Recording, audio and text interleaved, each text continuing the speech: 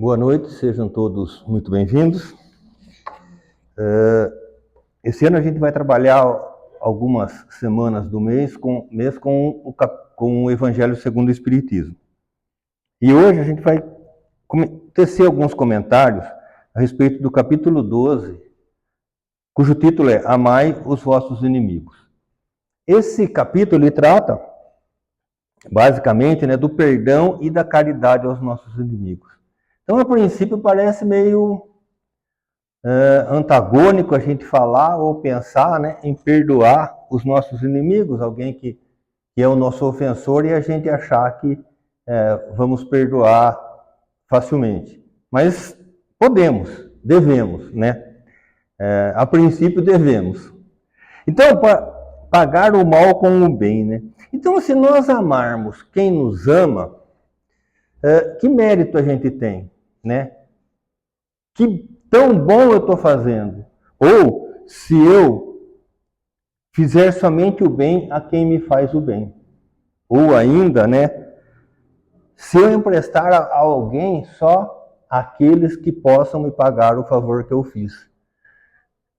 Todas as pessoas, para a gente parar para pensar, todas as pessoas, vamos chamar assim, mas também fazem isso, Se a gente for pensar, as pessoas que não têm um comportamento tão bom, também amam os que a amam, também ajudam os que a ajudam. Então a gente, na verdade, quando a gente tem uma atitude dessa, a gente não está melhorando, a gente não está evoluindo espiritualmente. Mas isso não quer dizer que cada um de nós tenha para com o seu inimigo uma ternura, não é? Se a pessoa me causou alguma coisa, vai existir alguma coisa dentro de mim que não vai deixar que eu tenha tanta ternura por essa pessoa quanto eu tenho, por exemplo, por meu amigo, por alguém da minha família ou algum parente meu. Então, amar os inimigos não é forçar a natureza, não é? É natural que a gente tenha essa parede entre a gente. Então não é natural que a gente também vá, olha, eu vou perdoar o meu inimigo, mas a partir de hoje ele vai lá em casa, que a gente vai fazer um churrasco todo fim de semana, A gente não estaria sendo tão sincero, vamos chamar assim. Amar os inimigos, portanto, é ter-lhes uma afeição, não é? Não levar aos extremos. Amar os inimigos é não guardar ódio, não é? Não guardar rancor, não guardar raiva. Ele me fez alguma coisa, aquela pessoa me fez alguma coisa, mas eu não tenho raiva dele, só deixa ele no canto dele, se eu puder ajudar, eu ajudo, eu perdoo, eu faço o que eu posso dentro daquilo que a minha evolução espiritual me permite. Então, perdoar esses nossos inimigos deve ser sem pensamentos ocultos. O que são os pensamentos ocultos? Eu perdoo, mas Deus vai julgar ele. Eu não estou perdoando, Eu perdoo, mas ele vai ver, ele vai ter que pagar. Então, esse tipo de comportamento, esse tipo de pensamento, que logicamente não é o nosso, mas que a gente ouve normalmente, E é não colocar nenhum obstáculo nessa reconciliação. Por exemplo, olha, eu me reconcilio com ele sim, eu vou conversar com ele sim, mas ele tem que vir falar comigo. Eu não vou até ele que está errado, não é? Então a gente já parte de um pré-julgamento que nós estamos com a razão, que nós estamos certos. E não é isso, que diz esse capítulo. Muito pelo contrário. É desejar-lhes o bem e não o mal. Então, amai os vossos inimigos, ou seja, o amor aos inimigos, é perdoar o inimigo. Quando perdoamos o inimigo, ou qualquer outra pessoa, nós nos libertamos desse rancor, dessa energia ruim, dessa angústia, desse peso que acaba transformando nos transformando. Então, amar os inimigos é orar por eles, fazer o bem a eles. É remédio contra a inimizade. Então, toda vez que a gente faz o bem para alguém, né, é aquela história, quando a gente manda flores, a gente recebe flores. Quando a gente manda pedra, a gente recebe pedras, né? E aqui é a mesma coisa. É a lei da causa e efeito, né? Então, o inimigo no Espiritismo, para o Espiritismo, é um instrumento que nos faz desenvolver a tolerância, nos faz trabalhar a nossa paciência, porque não é possível, né, que a gente tenha um inimigo, e a gente vai ver mais para frente quais são os nossos inimigos, e agir de uma forma rancorosa, né? Então a gente precisa trabalhar todos esses princípios. E quem são os nossos inimigos, né? Será que nós temos inimigos? Se cada um daqui se perguntar, eu tenho um inimigo? Provavelmente não vai ter, não é? Acho que ninguém aqui tem nenhum inimigo declarado ou que o oprima.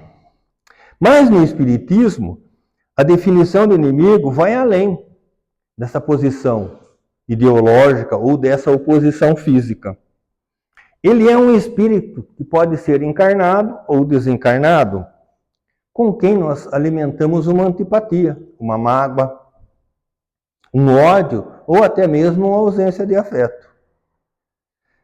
Geralmente, essa antipatia, essa inimizade ocorre de problemas anteriores, de vidas anteriores que são trazidas para nós ao longo da nossa evolução. E que serve para que a gente trabalhe, né, o nosso egoísmo, o nosso orgulho. O inimigo na visão espírita, muitas vezes, nós criamos esse inimigo dentro de nós, não é?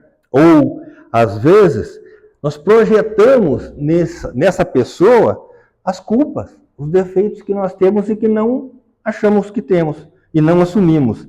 Às vezes a gente vê uma pessoa e é uma pessoa boa, para outra pessoa ele é uma pessoa boa, mas para a gente enxerga tanto defeito, fala, puxa vida, né? Será que realmente a pessoa tem tanto defeito assim? Ou será que eu estou me projetando nela? Será que tudo aquilo que eu estou vendo nela não é aquilo que eu sou? Né? Então, cabe uma reflexão para a gente fazer. Então, a inimizade, ela não é uma fatalidade. Ela é o resultado das nossas próprias paixões. Quais são as nossas paixões, né? O orgulho, a vaidade. Então, olha, ele me falou aquilo, ele me fez aquilo e eu não aceito isso de jeito nenhum. Pronto, já começou ali, né, uma situação bem ruim. Então, Emmanuel classifica os inimigos em 3 tipos. Os inevitáveis. Esses são decorrentes da nossa evolução. De alguma forma, nós vamos ter que passar por isso. Porque ao longo da nossa evolução, essas faltas, essas falhas, elas vão sendo nos apresentadas. E nós vamos ter que ir resolvendo-as para que possamos evoluir. Um segundo grupo são os que podemos evitar, que são causados por relações mal conduzidas. Por exemplo, um ex-namorado, ex-namorada, ex-marido, ex-esposa, ex-sócio, né? Alguma coisa que a gente podia ter evitado, que as pessoas podiam ter resolvido de outra forma, né? Olha, não deu certo, sinto muito, segue a sua vida que eu sigo a minha. Por exemplo, não é tão fácil assim, mas só para a gente poder ilustrar. Essas seriam que a gente poderia ter evitado, e outras tantas, né?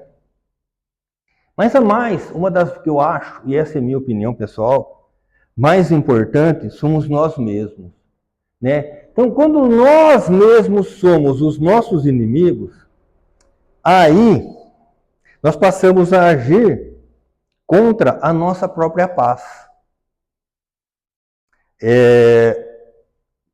Por que isso ocorre? Porque nós não enxergamos em nós o nosso inimigo e ele está aqui dentro. De alguma forma ele está aqui. Ele pode estar até meio quietinho ali, mas em algum momento ele vem, né, à minha mente. Ah, tá vendo? Olha o que aconteceu. Pronto, isso já é, né, uma manifestação minha contra mim mesmo. Então, o próprio pensamento traz, né, esses nossos inimigos. E a gente também, por outro lado, está sempre alimentando os nossos inimigos. Por quê? Estamos num planeta de provas e expiações, então nós estamos aqui justamente para passar por isso, né, para espiar esse tipo de problema que a gente tem, esse tipo de falta que a gente tem. Mas o inimigo, ele pode ser aquele nosso vizinho.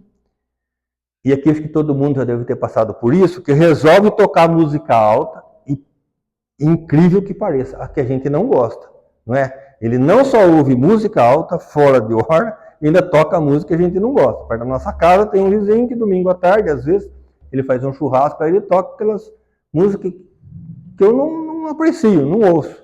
Mas é longe da minha casa, mas da minha casa, se eu sair no quintal, eu ouço as músicas que ele ouve. Então, esse, na verdade, é declarado meu inimigo, não é. Mas eu não tenho simpatia por ele, não é? De alguma forma, eu acabo criando uma antipatia dentro de mim. Esse cara é que coisa, né? A gente sempre tem esse senão, né? De ruim.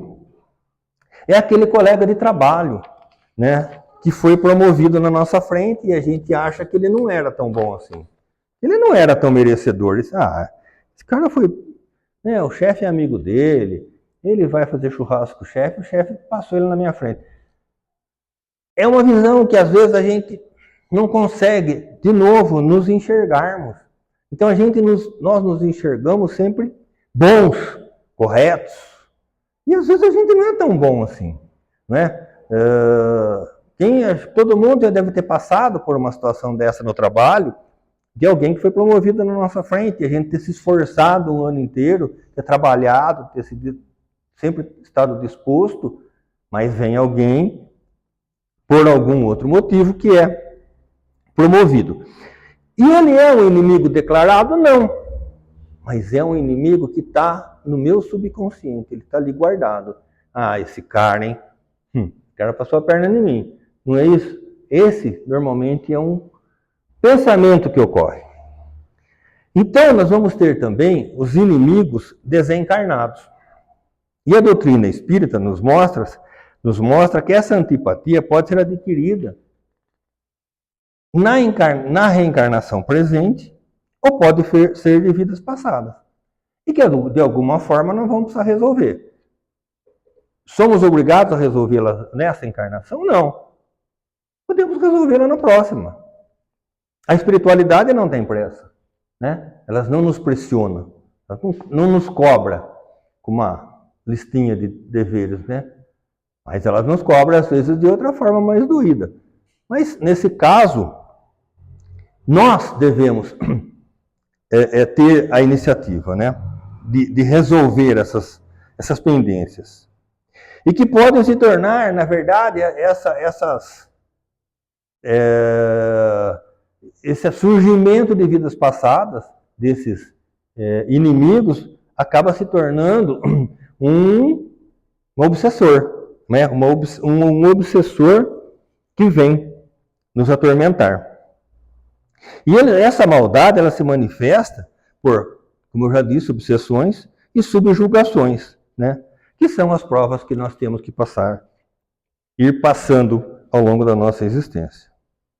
E nesse capítulo também a gente vai encontrar a frase de Jesus que diz assim, ó: se alguém te ferir na face direita, oferece-lhe a outra.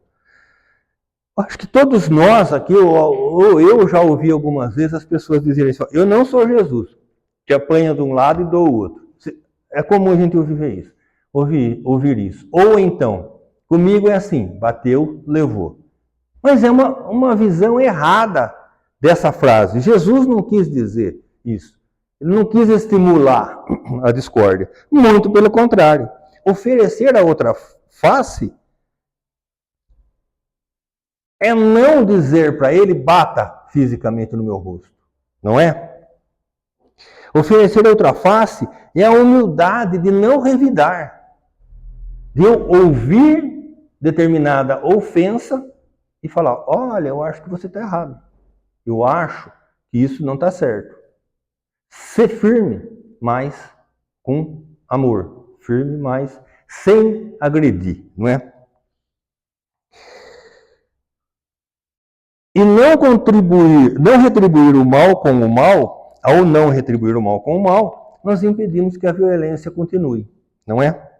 Então, apresentar a outra face não significa ser conivente com a situação ou fato ocorrido. É um exercício, na verdade, em que é um exercício de amor que a gente precisa praticar, né? Porque quem ignora esse exercício, quem ignora essa situação, na verdade, está ignorando a lei do amor, né? Quem não perdoa, quem não aceita, né, não tem a humildade de não revidar. Então é mudar a paisagem em uma ação positiva diante de uma negativa. Quando alguém estiver angustiado, mostre-lhe a face do conforto. Olha, quando alguém está angustiado, né, a gente, na verdade, a maioria das pessoas não tem o hábito de ouvir, mas as pessoas querem muito falar, né? Tentem alguma vez, se vocês ainda não passaram por essa experiência, alguém que está precisando desabafar.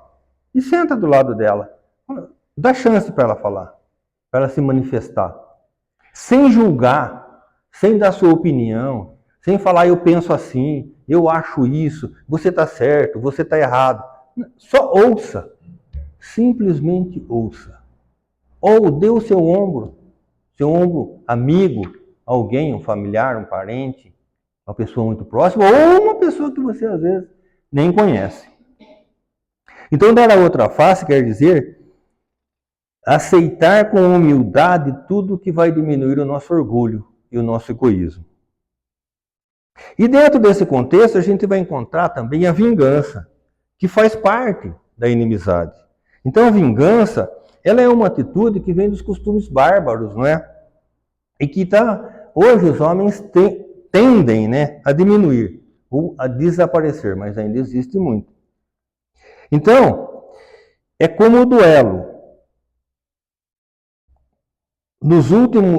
Que é um dos últimos vestígios que a gente tem encontrado, que a gente tem visto, que ainda vem da época cristã, né? Onde se existia o duelo, a vingança, mas que hoje a tendência é diminuir, né? E dentro também desse capítulo a gente vai encontrar um que é muito importante, que é o ódio. E o ódio é visto como um sentimento primitivo e destrutivo. Então ele causa sofrimento para quem nutre e para quem recebe. Ele adoece a alma, ele nos causa doenças físicas, psicológicas, né? E ele precisa ser transformado em amor, em compreensão, em caridade. E como lidar com o ódio? Amar os inimigos. É a prova mais difícil, talvez, que nós tenhamos que passar. Mas que é bom que estejamos preparados, né? Porque à medida que passamos por essa prova, nós evoluímos, nós crescemos, damos um passo importante dentro da nossa evolução espiritual. Não retribuir. Se odiarmos quem nos odeiam, não seremos melhores que eles, não é? Nós estamos dando sequência em alguma coisa muito ruim, em algum sentimento muito ruim. O autoconhecimento, é preciso que nós nos conheçamos e entendermos realmente o que causou aquele ódio, o que causou aquela mágoa, o que causou aquela tristeza interna com a gente, para poder resolver. Perdão e compreensão é buscar entender e perdoar aquele que nos ofendem. Então, perdoar aquele que nos ofendem passa a ser mais fácil do que aquilo que eu falei no começo dessa conversa nossa, que parecia impossível, mas é possível, não é? É possível sim. O Espiritismo ensina que o ódio é um veneno para a alma e é uma fraqueza moral que nos aprisiona. E para finalizar, amai os vossos inimigos. amar ao próximo como a si mesmo. Fazer a ele aquilo que nós gostaríamos que fizessem conosco. E essas atitudes todas vão depender fundamentalmente do nosso crescimento espiritual. Aqueles que estão mais evoluídos, com certeza, vão conseguir ter uma resposta melhor, mais clara, mais nítida, mais eficiente do que aqueles que são mais atrasados. Para aqueles que são mais atrasados, talvez perdoar o inimigo é um ato de covardia, seja um ato de covardia. Mas não é. É um ato de bravura, né? De coragem, de desprendimento. Então, meus irmãos, desejo a todos que tenham uma semana de muita paz, de muita tranquilidade, que Jesus esteja sempre presente com a gente. Vamos agora passar então para a segunda fase do nosso trabalho da noite, que é o passe magnético.